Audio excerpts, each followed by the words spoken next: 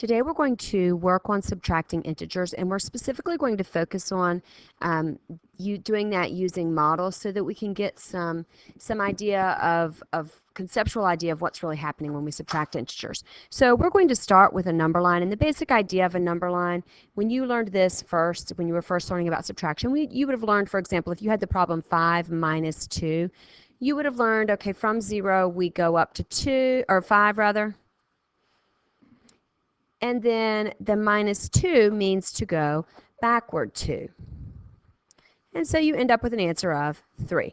And we know that that's right, but now if we start thinking about this with negative numbers and whatnot a little bit, I want you to sort of adjust your thinking just a little bit and think about some things we've talked about subtraction, negatives, things like that.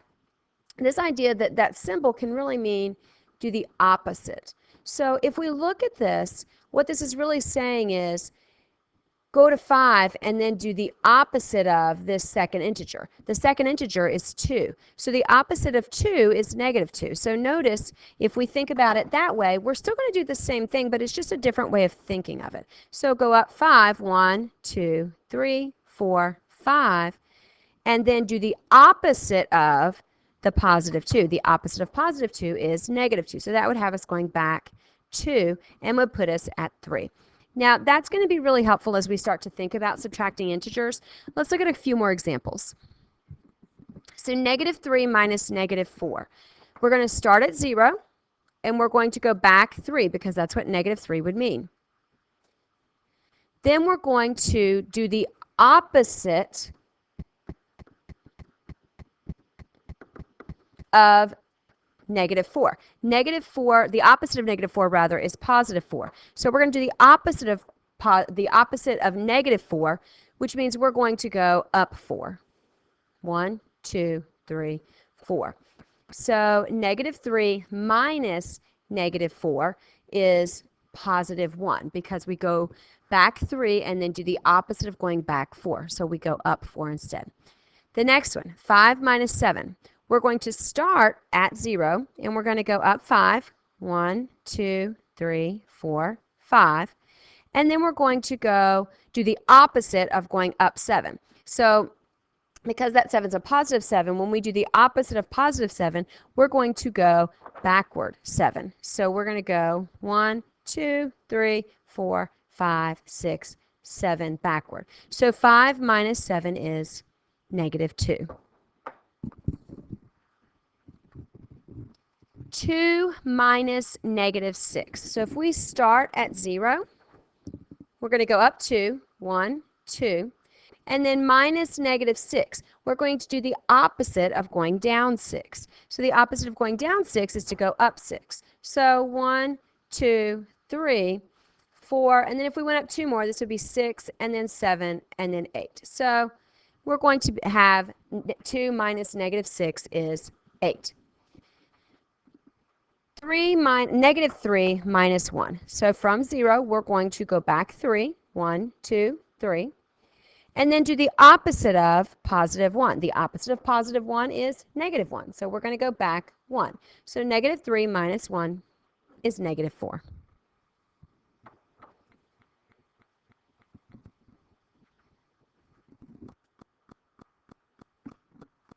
Our next example, 4 minus negative 3.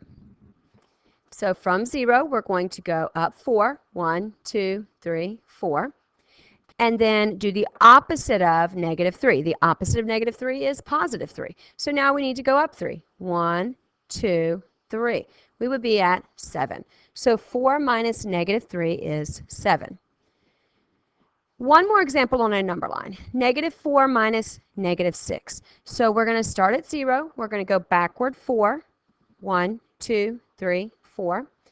And then do the opposite of going backward 6. So the opposite of going down 6 is to go up 6. So 1, 2, 3, 4, 5, 6. So negative 4 minus negative 6 is positive 2. So there are several examples right there of how we do, how we add or how we subtract integers rather on a number line. And you can use number lines to do it, but we're also going to look at models and how you can use models to do it. So let's take a look. Now you probably are familiar, if you remember, we've used these chips before, we've used this idea before. So if we wanted to do something like the problem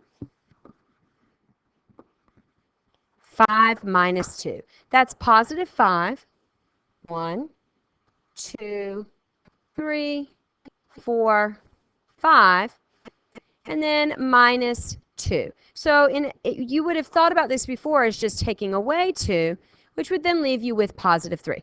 And that's true, that's right. But I want you to rethink this, though. We could also do that problem this way. We could say, well, positive 5, and then again, think about subtraction as meaning do the opposite. Do the opposite of positive 2. The opposite of positive 2 is negative 2. Well, now notice what's going to happen if we do that. A positive and negative together make 0, so those cancel. This is going to cancel, and that's going to leave us with an answer of 3. So that's an example of an easy problem you would have done before, but this is how we can sort of think about this along the lines of with our integer thinking and thinking about opposites and that sort of thing. So let's look at some examples. Negative 4 minus negative 3. Negative 4, and then do the opposite of negative 3. The opposite of negative 3 is positive 3. When I do that, the negative 3 and the positive 3 are going to cancel out. This is what's called additive inverse. We've talked about that before. Adding or putting opposites together makes 0. So that cancels out and makes 0. And what we're left with is negative 1. 8 minus negative 2. So we've got positive 8. 1, 2, 3, 4, 5, 6, 7, 8. And then we're going to do the opposite of negative 2. The opposite of negative 2 is positive 2.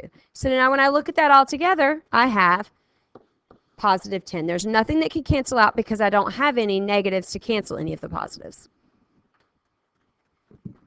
Negative 2 minus 3. So I'm going to start with 2 negatives. And then I want to do the opposite of 3. The opposite of 3 is negative 3. So my answer then is going to be negative 5. There's nothing I can cancel because I don't have any positives to cancel out any of those negatives. So negative 2 minus 3 is negative 5.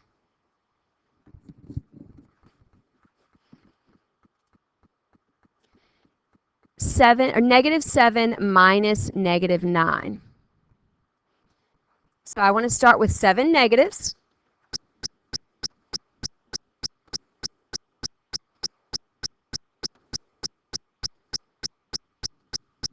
And then I want to do the opposite of 9 negatives. So that's going to be 9 positives.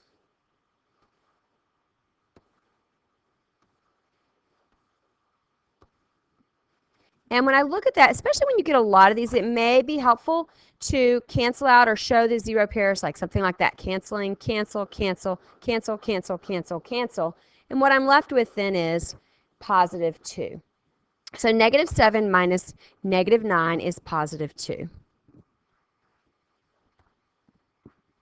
Our next one is 5 minus negative 3. So we're going to have positive 5. And then I want to do the opposite of negative 3, which means I need positive 3. And when I do that, I'm going to have positive 8 as my answer. So again, whether you use number lines or whether you use models, think about subtraction as meaning do the opposite of that second integer, because that's really what subtraction is. We're doing the, as we get further into the adding integers and subtracting integers, you'll sort of start to see those relationships. But using models and using number lines are what are going to help you to understand what it is that you're doing with integers.